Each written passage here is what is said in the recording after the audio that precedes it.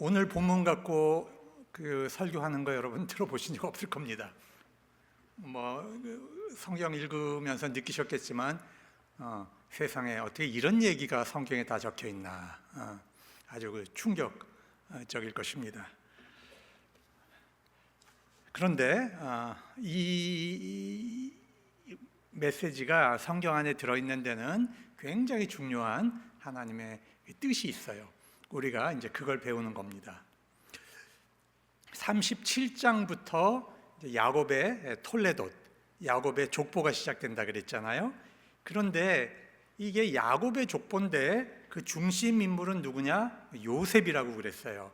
그래서 창세기 37장 맨 끝에 가면은 요셉이 애굽에 팔려가서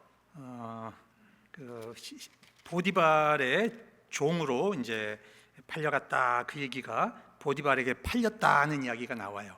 그리고 39장으로 넘어가면 똑같이 요셉이 애굽에 내려가매 바로의 신하 친위대장 애굽 사람 보디발이 그를 그리로 데려간 이스마엘 사람 손에서 요셉을 산이라. 그러니까 37장하고 39장이 딱 연결이 됩니다. 그러니까 이 38장만 없으면 스토리가 자연스럽게 이어지는 거예요. 그런데 왜 이 창세기 이 중요한 부분에다가 이 유다의 이야기가 탁 들어가 있는가 하는 것입니다. 굉장히 중요한 이유가 있습니다. 자, 이것을 이해하기 위해서는 우리가 이제 마태복음 1장 1절부터 6절까지를 우리가 한번 이제 읽어봐야 돼요. 같이 한번 읽어보겠습니다. 아브라함과 다윗의 자손 예수 그리스도의 계보라.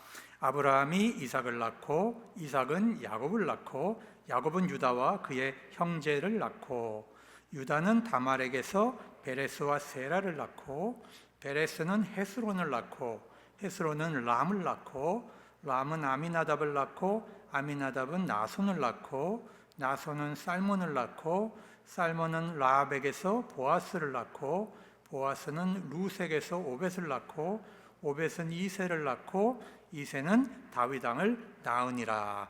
여기서 주의하셔서 보실 것 2절에 보면 야곱은 유다와 그의 형제를 낳았다 이렇게 돼 있어요.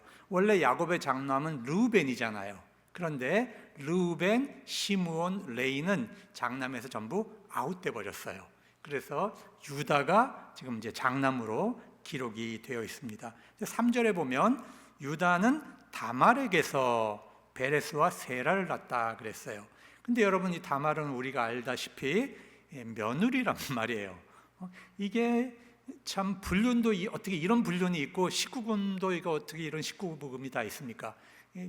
강제상에서 참 말하기도 참 껄끄러울 정도의 그 스토리가 지금 있었는데 이 사건을 통해서 누가 태어나요?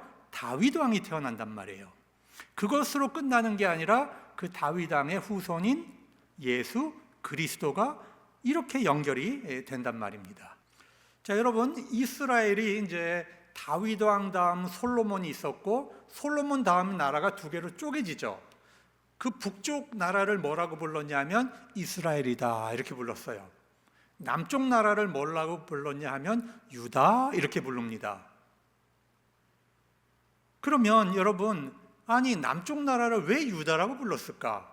남쪽 나라를 야곱이라고 불러도 될 텐데 왜 유다 왕국이라고 불렀을까? 우리가 여기에 이제 퀘스천을 가져야 됩니다.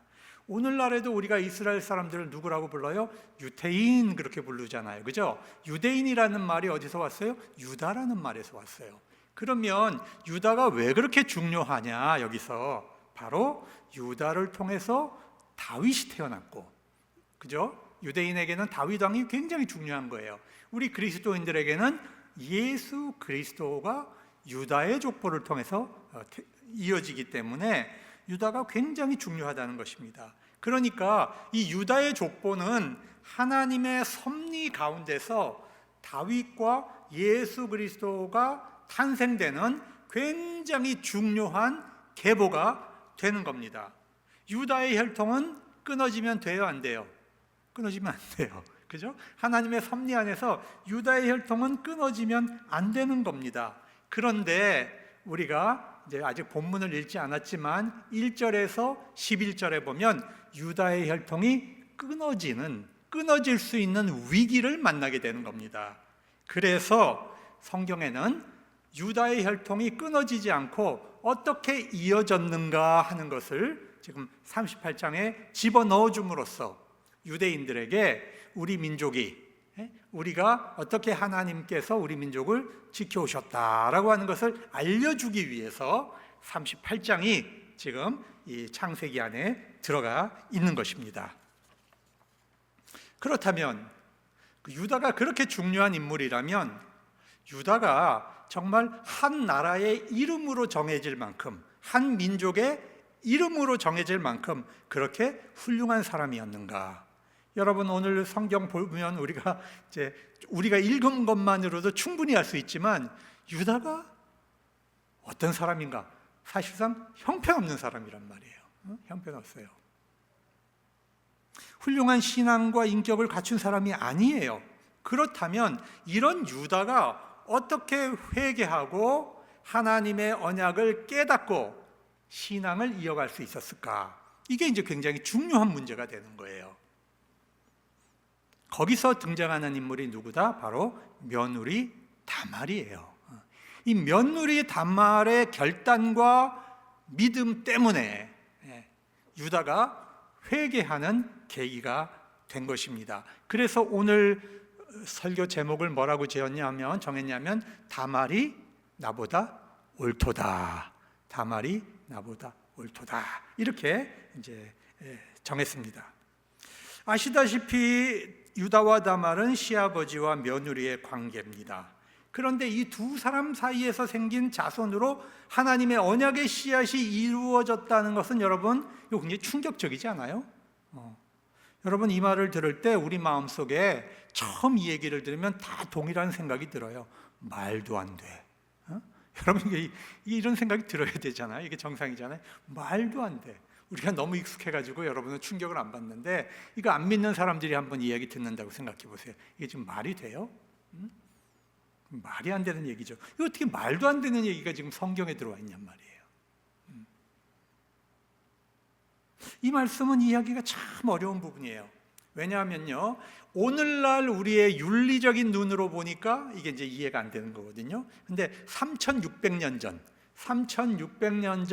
저기 고대 근동, 이 가나안 땅에는 이런 이제 윤리가 이제 좀 다른 윤리가 있었던 겁니다. 그래서 그 시대의 문화와 그 시대의 생활 습관을 우리가 이해를 해야 이 본문이 이해가 되는 겁니다. 또 하나 굉장히 독특한 것은 하나님의 언약 백성이었던 이 유다는 지금 믿음 다 팔아먹고 가나안 지역에 가가지고 형편없이 살고 있어요. 가나안 문화에 빠져가지고. 그런데 가나안 여인이었던 이 다말은 유다 가문의 며느리로 들어와서 하나님의 언약이 뭔지를 아는 거예요. 하나님의 언약이 뭔지를 알았고 자기를 통해서 이 하나님의 언약의 후손이 이어져야 한다는 것을 알게 된 거죠. 그렇게 해서 어떻게 하든지 자기가 하나님의 언약 백성에서 배제되지 않기 위해서 발버둥 치고 있는 겁니다. 그러니까 유다는, 정작 하나님의 백성인 유다는 신앙도 없고 다 팔아먹고 가나안 문화대로 빠져 사는데, 이방인 여인이었던 이 다말은 언약 가문에 들어와서 하나님의 언약을 이어가기 위해서 발버둥 치고 있다는 거예요.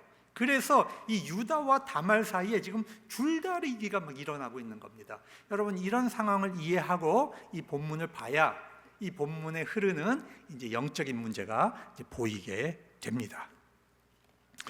자, 38장 1절 2절을 우리 한번 같이 읽어보겠습니다. 1절 2절 같이 시작. 그 후에 유다가 자기 형제들로부터 떠나 내려가서 아둘람 사람 히라와 가까이 하니라. 유다가 거기서 가나안 사람 수아라 하는 자의 딸을 보고 그를 데리고 동침하니. 이렇게 되어 있습니다.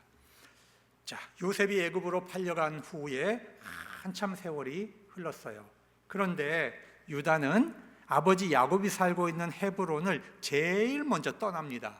제일 먼저 떠나서 가나안 땅으로 이제 아둘람이라는 곳으로 가는데 성경은 뭐라고 기록했냐면 자기 형제를 떠났다 이렇게 돼 있어요. 그러니까 아버지를 떠났다라고 기록하지 않고 형제를 떠났다. 무슨 얘기냐면 형제들 사이에 지금 뭔가 큰 갈등이 일어나고 있는 겁니다. 자, 한번 생각해 보세요. 요셉이 없어진 후에 야곱은 거의 식음을 전폐하고 죽지 못해 사는 거예요. 죽지 못해 눈물로. 집안이 과거보다 더 지옥이 돼 버렸어요. 그러니까 형제들 사이에 이게 불편함이 더 깊어지는 겁니다. 자, 형제들이 자기들끼리 모의 작당을 해가지고 은 40을 받고 이제 팔았지만 상황이 나빠지면 결국 누구를 탓하게 돼요? 요셉을 팔자고 제안한 이 유다가 가장 나쁜 인물로 지목이 되는 겁니다. 그러니까 유다에게 그 책임을 다 뒤집어 씌운 거죠. 너 때문에 아버지가 지금 저렇게 됐다. 유다가 견디지 못하는 거죠. 그래서 유다가 아둘람 사람 히라와 가까이 살게 되는데, 여러분 이제 성경은 이 이름에 담겨 있는 뜻이 있어요. 이 히라가 귀족이다 이런 뜻이에요. 그러니까 지금 유다는 가나안에 들어가서 이 귀족하고 사귀면서 그 옆에 이제 사는 겁니다. 그리고 또 이제 아내를 얻는데 수아의 딸, 가나안 사람 수아의 딸을 보고 이렇게 돼 있어요. 근데 이 수아라는 뜻은 뭐냐면 부자다 그런 뜻이에요. 부자. 그러니까 이 귀족과 사귀고 이 부자의 딸을 만났는데 성경에 보면 딸을 보고 그를 데리고 동침했다 그래요. 여러분 이 유다의 이 행동은 아주 욕망에 가득 찬 사람의 행동이에요. 결혼의 중요성 전혀 보이지 않고 이 결혼 과정에 자기 아버지를 부르지도 않아요. 그죠? 아주 단순해요. 보고 데리고 동침했다. 거의 동물적이에요. 성경은 이런 표현을 통해서 유다가 지금 얼마나 가나안 문화에 빠져 있는가를 지금 보여주고 있는 겁니다. 자, 정리하면 유다는 권력자 주변에 살며 돈 많은 부자의 딸과 연을 맺고 자기 가문을 세우려고 했어요. 그런데 유다는 가나안 문화에 깊이 빠져서 하나님의 언약을 다 잊어버렸고 세속적 권력과 풍요를 탐하고 살았던 겁니다. 자, 3절에서 6절 한번 같이 읽어보겠습니다. 시작. 그가 임신하여 아들을 낳음에 유다가 그의 이름을 엘이라 하니라. 그가 다시 임신하여 아들을 낳고 그의 이름을 오난이라 하고 그가 또다시 아들을 낳고 그의 이름을 셀라라 하니라. 그가 셀라를 낳을 때에 유다는 거십에 있었더라. 유다가 장자 엘을 위하여 아내를 데려오니 그의 이름은 다말이더라. 자, 유다가 이제 3형제를 낳잖아요. 엘, 오난, 셀라. 그리고 유다는 이제 첫 번째 며느리를 데려왔는데 이제 다말을 데려와서 장남의 며느리를 이제 삼았습니다. 자, 7절부터 10절까지 이제 한번 읽어봅니다. 시작. 유다의 장자 엘이 여호와가 보시기에 악함으로 여호와께서 그를 죽이신지라. 유다가 오난에게 이르되 네 형수에게로 들어가서 남편의 아우된 본분을 행하여 네 형을 위하여 씨가 있게 하라. 오난이 그 씨가 자기 것이 되지 않을 줄 알므로 형수에게 들어갔을 때에 그의 형에게 씨를 주지 아니하려고 땅에 설정하매 그 일이 여호와가 보시기에 악함으로 여호와께서 그도 죽이시니. 자, 장남 엘이 하나님 앞에 악해서 죽습니다. 그 이유가 무엇인지 성경은 자세히 기록하지 않아요. 그런데 여기서 우리가 분명한 것은 엘은 지금 아버지 유다의 가문에서 언약을 이어가는 그 자손을 지금 이어가야 되는 책임이 있는 거예요.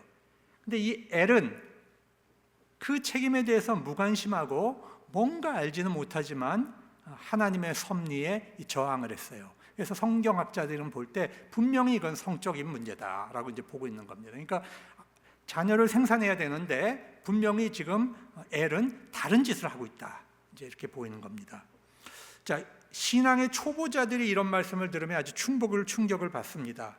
자, 하나님이 사랑의 하나님인데 이렇게 사람을 죽여도 되는가? 의구심을 갖는 겁니다. 그런데 여러분 성경에 있는 표현은 굉장히 신학적인 표현이에요.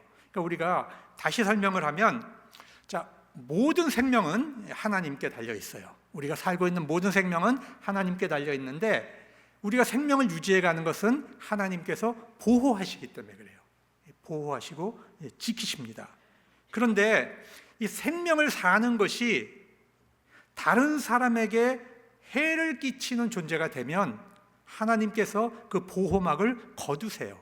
어떤 자들에게는, 너무 악한 자들에게는 하나님이 그 보호막을 거둡니다. 그러면 그 생명은 지속될 수가 없어요. 자, 이런 상태를 성경은 하나님이 죽으셨다 이렇게 표현을 하는 겁니다. 하나님이 직접적인 손을 대기보다도 간접적으로 하나님의 보호를 이제 거두시는 겁니다. 그런데 유다가 이제 둘째 아들에게 말해요. 자, 오난에게 너는 형수를 아내로 맞아서 네 형을 위하여 씨가 있게 하라. 자, 씨가 있게 하라. 이게 이제 굉장히 중요한 말입니다. 자, 여러분, 그 시대는 형이 죽으면 그 동생이 형수와 결혼을 해서 그 대를 잇는 그런 풍습이 있어요. 그거를 우리가 이제 형사 취수제라고 합니다. 우리나라에도 과거에는 이제 그런 습관이 있었죠. 왜? 그 집안의 가문이 멸망하지 않기 위해서 이 대리부를 쓰는 겁니다. 대리부. 동생이 대리부가 돼서 형수에게 형의 자식을 낳게 하는 거예요. 그러면 이 태어난 아이는 그 둘째의 아이가 되지 않고 형의 호족으로 입적이 되는 겁니다.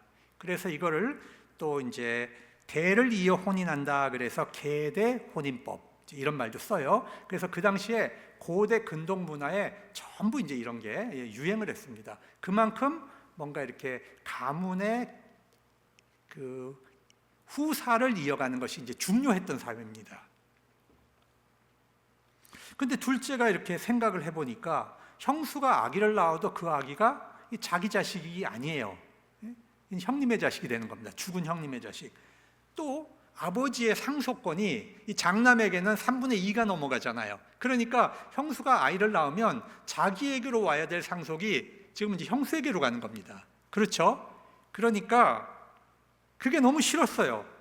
그래서 씨를 주지 않으려고 잠자리에 들 때마다 씨를 땅에 설정했다. 이렇게 되어 있습니다. 자, 이게 성경적 원어로 표현하면 씨를 못 쓰게 만들었다. 이렇게 되어 있어요. 못 쓰게 만들었다. 하나님이 보실 때 이 오난의 행동이 너무 악했습니다. 이기심과 물질적 탐욕 때문에 하나님의 언약에 정면으로 도전한 것이죠. 그래서 오난도 생명을 이어가지 못합니다. 자, 11절 같이 한번 읽어보겠습니다. 11절 시작. 유다가 그의 며느리 다말에게 이르되 수절하고 네 아버지 집에 있어 내 아들 셀라가 장성하기를 기다리라 하니 셀라도 그 형들같이 죽을까 염려함이라. 다말이 가서 그의 아버지 집에 있으니라. 자, 이게 이제 여성의 비극인데 두 아들이 죽으니까 유다가 볼 때 야, 저 며느리가 들어와서 다 말아먹었다 이렇게 보는 거예요. 다말이잖아요. 다 말아먹었다. 그 유다를 친정집으로 쫓아보낸 거예요. 가서 그럼 시집 가라 그러면 되는데 시집도 못 가게 하고 과부로 수절하면서 막내 아이가 자랄 때까지 기다려라. 이 막내 아이가 자라면 이제 보내겠다는 거예요. 여러분, 명분상으로는 막내 세라가 아직 어리니까 기다리라 했지만 속으로는 뭐예요? 저 팔자 센 며느리에게 셀라마저 죽게 생겼다. 차라리 애 크는 걸 못 보게 쫓아내자. 자, 이렇게 마음을 먹은 겁니다. 여러분, 다말 입장에서 한번 생각을 해보세요. 가난한 여인인데 유다 집으로 시집을 와서 하나님의 언약을 알게 됐어요. 자기 몸을 통해 유다 가문을 이어간다라고 하는 책임감이 있어요. 그리고 여러분, 그 시대는 아들을 낳지 못한 여인은 사회적으로 굉장한 멸시천대를 받았고 또 생존이 이어지지가 않아요. 기본적으로 여러분 그 상속이 되지 않잖아요. 아들이 없으면. 그럼 여성은 정말 비참하게 사는 거예요. 비참하게. 그러니까 다말은 인간적으로는 수치를 극복하고 생계를 유지해야 했고 또 신앙적으로는 하나님 백성의 가문에 남아야 하기 때문에 최선을 다해서 발버둥을 칠 수밖에 없어요. 그런데 지금 유다는 그걸 다 끊어버린 겁니다. 다 끊어버렸어요. 어디 시집가라 소리도 수절하라 그래 놓고 자기 아들을 보내줄 생각은 전혀 하지 않는 겁니다. 여러분, 다말은 잘못한 게 하나 없습니다. 지금 엘과 오난이 하나님 앞에 범죄해서 죽은 거예요. 그렇지만 유다는 자기 자식들의 잘못은 생각하지 않고 며느리 다말을 희생시켜서 그렇게 가려고 한 겁니다. 이 셀라가 장성하면 다른 곳에 장가 보내서 손을 이어가려고 한 겁니다. 다말 입장에서 볼 때 유다의 행위는 옳지 않았습니다. 하나님 보실 때도 옳지 않았어요. 여러분, 예나 지금이나 이 가부장제 사회에서 항상 희생은 누구에게로 돌아와요? 이 여성에게로 돌아오는 거예요. 하나님은 그거를 원치 않으세요. 하나님은 그렇게 희생당하는 걸 원치 않습니다. 자, 그래서 우리가 이제 오늘 12절부터 이제 읽은 본문을 보면 이렇게 됩니다. 세월이 또 흘렀어요. 한참 흘렀어요. 이 셀라도 자라났습니다. 그런데 이제 유다가 아내가 죽어요. 그래서 일정 기간 애도의 시간이 끝나고 이제 양털을 깎는 때가 됩니다. 여러분이 양털을 깎는 것은 그 혼자 이렇게 깎는 게 아니에요. 양털 깎는 목자들이 다 모여가지고 같이 깎습니다. 양을. 여러분, 양털이 어마어마하게 나오거든요. 다 같이 깎아요. 그러면 거기서는 이제 축제가 벌어집니다. 목동들끼리 한 2주 동안 모여가지고 양털 깎으면서 축제하면서 이제 그렇게 행사를 하는 겁니다. 자, 다말이 시아버지 유다가 양털을 깎기 위해 딥나에 온다는 소식을 전해 듣게 됩니다. 누군가가 전해주는 거죠. 여러분, 항상 이 성경은 누군가가 등장해요. 요셉이 형들을 못 만나고 세겜에서 헤매고 있을 때, 그죠? 누군가가 나타나서 너의 형이 저기 도단에 있다라고 알려주잖아요. 이 누군가가 참 중요한 인물인데, 자, 우리가 이제 지도 한 번 더 보겠습니다. 자, 저 지도를 보시면 북쪽에서 남쪽으로 쭉 내려가는 노란 줄이 있죠. 저 노란 줄이 이 산 이제 등선이에요. 산 등선. 이렇게 산이 있으면 산 등선을 타고 이제 길이 있는데 족장들이 이제 다니던 길입니다. 아브라함부터 요셉까지 저기를 이제 이렇게 이제 다니면서 좀 높은 곳에서 산 겁니다. 그리고 여러분 보실 때 맨 왼쪽 바닷가로 가면 거기가 블레셋입니다. 블레셋이 맨 왼쪽에 있는 거예요. 그러니까 이렇게 비탈지어서 올라가겠죠, 그죠? 높은 곳으로 이렇게 올라가게 됩니다. 그런데 저 맨 밑에 쪽에 가면 이제 헤브론이라는 데가 있습니다. 그렇죠? 저 헤브론이 바로 이삭이 살았던 곳이고 저기서 지금 야곱이 사는 곳입니다. 그런데 저 야곱을 떠나서 유다가 어디로 갔냐면 아둘람이라는 곳으로 갑니다. 그래서 저 헤브론에서 약간 이렇게 위쪽으로 올라가면 이제 저기 아둘람이라는 곳이죠. 저기서 이제 장가 가서 저기서 이제 아이를 낳고 사는 겁니다. 그러다가 양털을 깎기 위해서 어디로 갔다? 더 올라갔죠. 저 딥나에 간 겁니다. 그런데 저 딥나로 간다는 소식을 누가 들었어요? 며느리 다말이 들은 겁니다. 자, 이제 여러분 지도에 이제 그림이 그려졌죠. 자, 그러면 이 며느리 다말 입장에서는 뭔가를 해야 돼요. 뭔가를 하지 않으면 자기는 평생 죽을 때까지 과부로 수절하면서 멸치와 천대 속에 그렇게 사는 겁니다. 그리고 자기가 만난 하나님, 자기가 만난 하나님을 그 하나님의 백성에서 끊어져서 자기는 또 어떻게 살아가야 할지 아무 방법이 없는 겁니다. 다말이 많은 고민을 했습니다. 다말은 결심을 하죠. 그래서 과부가 입는 이 수절, 이제 수절 과부가 입는 옷이 있었던 것 같아요. 그걸 벗어버리고, 자, 너울로 이제 얼굴을 가리고 뭔가 몸을 이제 감쌌다 그랬어요. 제가 볼 때는 뭔가 이제 야한 옷을 입은 거예요. 소리 입은 거예요. 그 얼굴을 가린 겁니다. 자기 유다에게 자기 신분을 감추기 위해서. 그리고 딥나로 가는 그 길 옆 에나임이라고 하는 곳에 문 옆에 이제 앉아서 자, 유다가 오기를 기다리는 겁니다. 다말은 셀라가 성장한 것을 알고 있었어요. 그런데 자기 시아버지 유다는 그 셋째 아들을 자기에게 주지 않을 것도 이제 확실해진 겁니다. 그래서 다말이 유다 가문의 사람이 되는 유일한 방법은 결국 유다에게 접근하는 일밖에 없다고 판단을 한 겁니다. 그래서 여러분 이 창녀처럼 꾸미고 유다가 지나가는 길가에 앉아 있었던 겁니다. 여러분, 여기서 우리가 질문이 이제 생겨요. 유다가 그냥 지나갈 수도 있잖아요. 그죠? 지나갈 수도 있잖아요. 그럼에도 불구하고 이렇게 앉아 있을 수 있었던 이유는 뭔가? 성경은 쓰여져 있지 않지만 평상시 유다가 어떤 사람이다 하는 것을 며느리가 잘 알고 있는 거예요. 여러분, 우리가 참 조심해야 되는 건데, 평상시 우리가 사는 모습을 가장 잘 보고 있는 아이들은 누구냐? 우리 자녀들이에요. 여러분, 우리 자녀들이 엄마와 아빠가 어떻게 사는지 안단 말이에요. 그죠? 안단 말이에요. 여러분, 다말이 유다가 어떻게 할 것이라는 걸 이미 예측을 한 거예요. 이런 거 보면 참 무섭죠. 그죠? 들여다보고 있다는 거예요, 우리가 모르는 우리의 속속들이를 들여다보고 있는 사람이 있다는 거죠. 우리 교회를 속속들이 지켜보고 있는 사람이 있다는 거죠.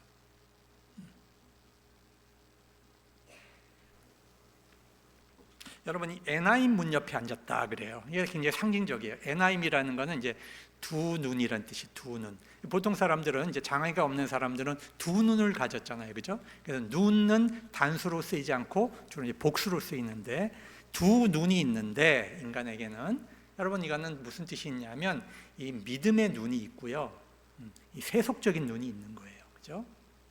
근데 유다에게는 이 세속적인 눈이 아주 발달돼 있어요. 근데 이 믿음의 눈은 거의 지금 이제 보지 못하는 그런 상황이 되어 있는 겁니다. 그래서 다말에게 다가가서 유다는 다말이 이제 그 몸을 파는 여인인 줄 알고 이제 접근을 이제 합니다. 그리고 동침을 요구합니다. 그러자 다말이 무엇을 주겠느냐? 대가로 무엇을 주겠느냐? 그 당시에 그 몸값이 염소 새끼 한 마리였다 그래요. 염소 새끼 한 마리. 근데 유다는 아무것도 갖고 온 게 없어요, 지금. 그러니까 다말이 이제 무엇을 요구하냐면, 당신이 뭔가 담보물을 줘야 될 거 아니냐? 어떻게 빈손으로 와서 그런 요구를 하느냐? 담보물을 달라. 무슨 담보물을 줄까? 그러니까 도장과 끈과 지팡이를 주십시오. 나중에 그리고 찾아가십시오. 여러분, 근데 이 도장이라고 하는 것은 뭐냐면 오늘날로 얘기하면 신분입니다. 신분이에요. 그러니까 이 도장이 두 가지 종류가 있는데, 이 반지로 끼는 도장이 있어요. 그리고 이 목에 끈으로 해서 이렇게 이제 실린더처럼 길게 돼서 매는 도장이 있는데, 이 도장 주변에는 이렇게 그 조각을 파서 이렇게 그림이 새겨져 있거든요. 그래서 계약을 맺을 때, 그 당시에는 이제 종이가 없잖아요. 그러니까 이 흙판을 피고 이 도장을 풀러서 이렇게 쭉 돌려서 미는 겁니다. 그러면 내가 갖고 있는 이 도장에 새겨진 그림이 그 흙판에 이렇게 찍히는 거죠. 그러니까 일종의 이게 신분 증서가 되는 겁니다. 자, 이걸 가지고 가면은 내가 없어도 내가 했다라고 하는 것을 이제 확인해 주는, 그것이 바로 이 도장입니다. 그러니까 여러분, 도장이 얼마나 중요한 거예요. 오늘날 우리로 얘기하면 이게 이제 사인 같은 거예요. 굉장히 중요한 사인 같은 거라고요. 그리고 이 지팡이라고 하는 것은 그 사람의 신분을 상징하는 굉장히 이제 중요한 물건입니다. 여러분, 이게 얼마나 중요한 물건이에요. 그 사람의 인격과 가문과 명예와 재산과 모든 것을 상징하는 그 신분을 툭 던져놓고 그렇게 다말을 이제 사게 되는 겁니다. 동침하게 되는 겁니다. 그 한 번의 만남으로 다말을 임신을 했던 겁니다. 자, 그리고 나서 다말은 다시 친정집으로 가서 과부의 옷을 도로 입고 시간을 기다립니다. 이제 3개월 정도 이제 지나죠. 자, 유다는 그 과정 속에서 이 담보물을 지금 빨리 찾아와야 돼요. 자기의 이 수치가 드러나면 안 되니까 빨리 담보물을 찾기 위해서 직접 가지도 않아요. 이 히라 사람에게 염소 새끼를 주고, 너 가서 그 담보물을 좀 찾아다 다오. 그런데 이 히람 사람이 담보물을 찾으러 가서 아무리 그 마을을 뒤져도 이 마을에는 이 창녀가 없다는 거예요. 그러니까 유다는 자기의 체면 때문에 도장과 지팡이를 이제 포기하려고 합니다. 그냥 내버려 두어라. 찾지 마라. 모든 것을 덮으려고 한 겁니다. 여러분, 창녀가 없다고 했잖아요. 만약에 그 여인이 창녀가 아니라 유부녀였다면 자기는 어떻게 되는 거예요? 여러분, 이건 돌에 맞을 일이에요. 그렇죠? 그래서 그 체면 때문에 모든 것을 지금 덮고 숨기고 가리려고 하는 이런 유다의 양면성을 지금 보여주고 있는 겁니다. 그러니까 성경은 지금 그 다윗의 조상, 여러분, 그 유다가 얼마나 파렴치한 인격을 가진 사람이라고 하는 것을 속속들이 그대로 지금 다 드러내고 있는 거예요. 여러분, 성경은 사람에 대해서 절대 숨기거나 여러분 사람이 갖고 있는 약점을 가려주거나 하지 않습니다. 왜? 하나님 앞에서 어떤 인간도 의롭지 않아요. 아무리 훌륭한 인간도 의롭지 않기 때문에 성서는 우리 인간의 약점을, 우리 인간의 죄악성을 그대로 보여주는 거예요. 왜? 그 유다의 모습이 바로 우리 자신들의 모습이기 때문에 그래요. 3달이 지나 다말의 배가 불러왔고 이 소식이 유다의 귀에도 들렸습니다. 유다는 며느리의 행동이 가문의 명예를 손상시켰다고 생각하고 불같이 분노합니다. 여러분, 보통 외간 남자와 통간하면 돌로 치는 것이 관례입니다. 그런데 여러분, 화형을 시키라는 거예요. 불로 태워 죽이라는 거예요. 여러분, 이건 말도 안 되는 과도한 처벌이거든요.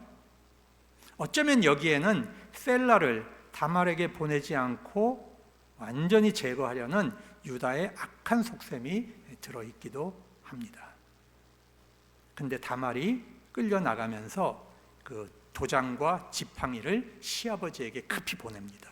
그러면서 이 물건의 주인이 바로 나를 임신하게 한 사람입니다. 이 도장과 끈과 지팡이의 주인이 누굽니까? 이게 누구의 것입니까? 라고 여러분 항변하게 됩니다. 여러분, 다말의 항변은 정당하죠. 정당한 것입니다. 우리가 여기서 깊이 생각해야 됩니다. 과도하게 분노하는 사람의 내면에는 깊은 죄악이 있어요. 숨겨놓은 게 있어요. 그래서 자기도 모르는 사이에 자기의 내면이 들킬까 봐 여러분 더 크게 분노하는 겁니다. 여러분, 다말이 죄가 있다면 그것은 유다와 함께 범한 죄입니다. 그런데 죄를 숨겨놓은 죄인이 겉으로 드러난 죄인에게 사형을 언도하는 것이 바로 이게 인간의 모습이라는 거예요. 여러분, 이게 인간이라는 거예요. 우리는 달라요? 여러분, 우리가 숨겨놓은 죄악이 크면 클수록 우리가 남에게 분노해요. 분노합니다. 사실상은 같은 죄를 졌는데